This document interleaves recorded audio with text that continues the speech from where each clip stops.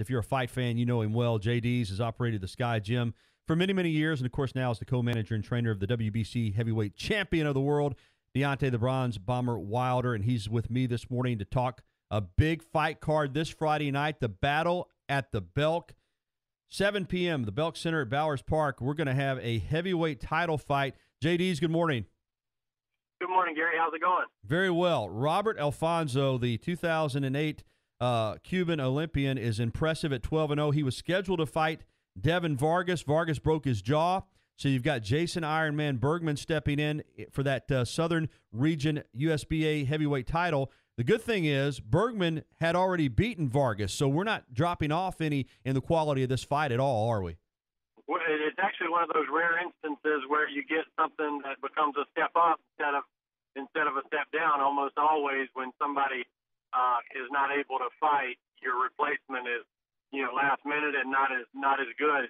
This is actually the opposite case. We really got lucky putting this together, and the IBF said yes, that's absolutely still approved for the belt. So everything's ready to go for Friday night, 7 o'clock at the Belk Center in Bowers Park here in Tuscaloosa. Full fight card. Of course, that's the main eventer, and I'm telling you, I'm impressed with this Cuban. I mean, this guy, Jay, he's got some talent. He does. He was the Pan Am gold medalist, and then representing Cuba in the 2008 games. He was a super heavyweight. Doentay was a heavyweight, so you had Doentay and Robert were both at the same Olympics, just in different weight classes. Of course, now as professionals, they're in the same weight class and have sparred on many, many occasions. In fact, Robert's one of our best sparring partners that we brought in. His manager was 91 years old, guy out of Miami, and passed away, and Robert was without management, asked me to start helping him, and we really liked the kid from what we saw in camp with Doentay, and so we started working with him, and it's been a really productive year. He's had, I think, 6 fights in the past year. This will be number 7 in less than a year and a half, so we're moving at a pretty good clip. Of course, always a strong local flavor when you put on a fight card here in Tuscaloosa. That'll be the case again Friday night, including Dion Nicholson, who's really making a name for himself. This is a guy who's a tremendous athlete. Jay, you're working with him. He's still learning the fight game, but boy, has a ton of talent, has the will and a lot of desire. He's got a chance, in my opinion, to go places. I'm sure you're working with him. You agree with that? He does. He's 4-0 as a professional with 4 knockouts. He won 25 out of 27 amateur fights. Only losses were to the number 9 and the number 2 guys in the nation. And both those losses were by decision. So he has a lot of potential and a lot of talent, and we think that the sky is the limit for Dion, the equalizer, Nicholson. And Dion has been invited to go to camp with the huge fight between Triple G, Gennady Golovkin. They call him Triple G. That's right. He's fighting Canelo Alvarez. We got Dion Nicholson in camp for 3 weeks. Holy with cow. Triple G as sparring camp.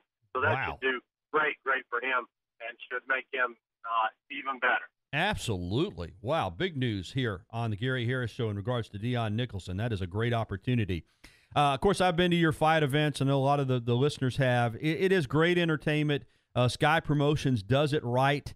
I want you to kind of tell the listeners what all you have in store on Friday night. I know there are VIP tables available. There's a buffet dinner. Of course, obviously, you can just get individual tickets, but kind of give us the ticket prices, what you're offering, what all the fight fans will be in store for on Friday night. Well, it's going to be a great show Friday night at the Belk Center. We've got 6 fights on tap. It's an exciting card. We've got heavyweight, we've got middleweight, lightweight, a little bit of everything, a lot of local fighters. Tickets start at just $25. And there's not a bad seat. It's a small venue, only about 500 seats total. We've got tickets starting at $25. The second and third row reserve seats are $40, and the very first row is $60. Now, you go to a Mayweather fight, that very first row is about $80,000. Our first row is $60, and our fights will be better than that one will be, I assure you. And then yes, we have VIP tables on the balcony upstairs with all-you-can-eat buffet. And those are 6 seats, and the total is $500 on that. And like I said, that includes the buffet. So whatever your price range, from $25 up, even at $25, you're in the very back of the building.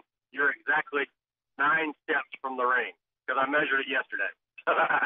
So that's how close you are. Even the most far back seat is only 9 steps from the actual ring. So this is a great situation. Not a bad seat in the house, folks. Again, that's coming up on Friday night, the Battle at the Belk. Get your tickets now to see some great fighting, professional boxing right here in T-Town. Well, Jay, I got to ask you about the heavyweight division and Doentay's status. I mean, I think anytime you have a fighter like Klitschko retire, you could say that the division's in transition. I was expecting him to fight Joshua again. That's not going to happen. You got Doentay just kind of trying to be patient with the WBC title.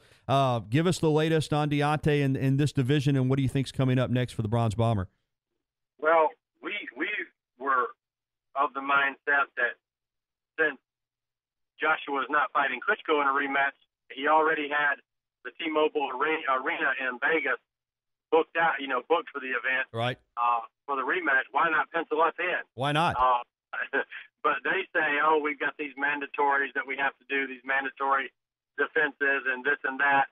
And what's funny is they were accusing us of hiding behind mandatories when they were trying to push their second guy, Dylan White, on us. And now the tables have turned. And and now, as it turns out, they're actually the ones that are hiding behind the mandatories. We are ready to fight Joshua at any time, ready to go. And if that doesn't happen, we want the next biggest thing, which is going to be, I think, in Brooklyn, possibly October 14th or November the 4th.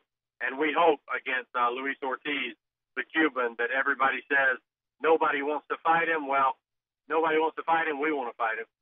Well, I'm glad you said that about Joshua, because I just wish we could get that memo out to the European fight press, who continues to say that Deontay's trying to duck the guy.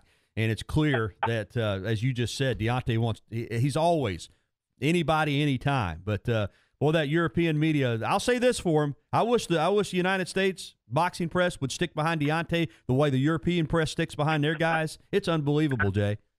Absolutely. They've turned it, completely backwards. And they know it, and they're very strong in what they're doing. And I, like you said, they got to admire it on some level. They've got a guy that right now they've made clear they do not want to fight Doentay right now, and yet they're turning it around and trying to make it sound like Doentay doesn't want to fight them. They say, we offered Doentay a fight with our other guy for more money than he's ever made, and why would he turn that down? Well, what he didn't tell you was the contract said that if Doentay wins the fight against their other guy, that they get to be Deontay's promoter for his next 3 fights. So, this is the part that never makes the press, is you win, we own you for the next year and a half of your career. No, not happening. It's not happening, exactly. But, of course, that part never makes the press.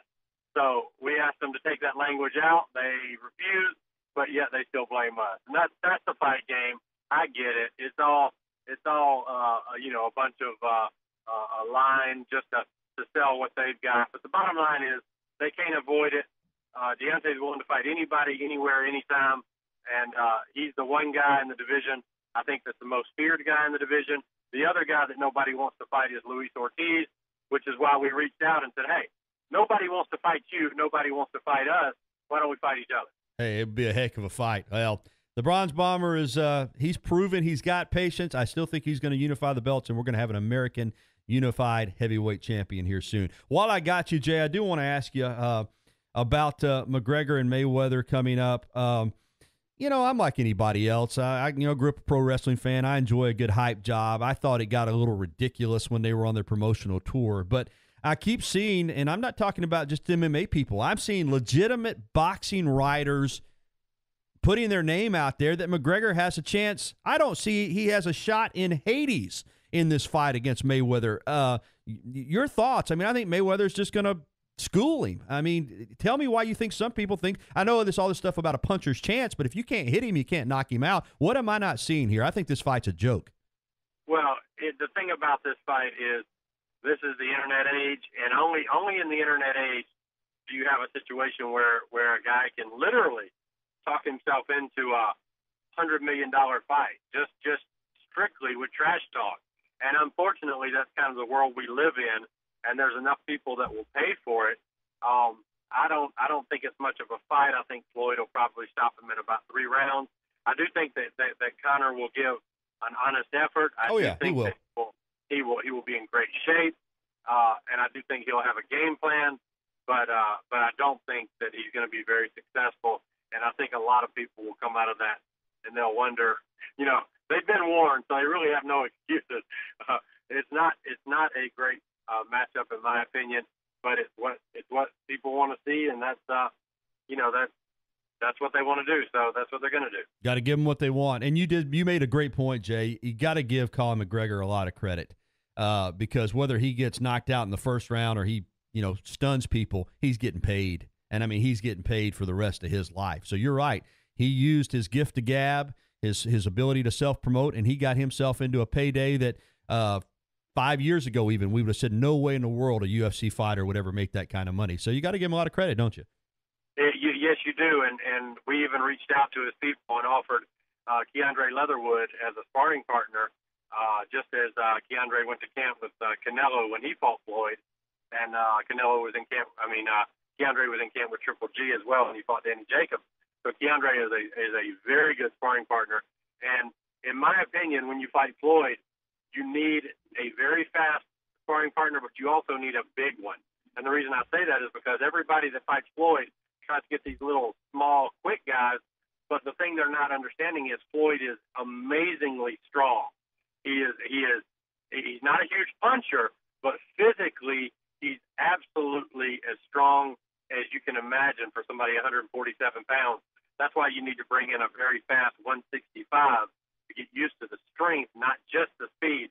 But nobody seems to get that when they fight Floyd. So Conor's people did not get back to us, and I think they'll wish that they had.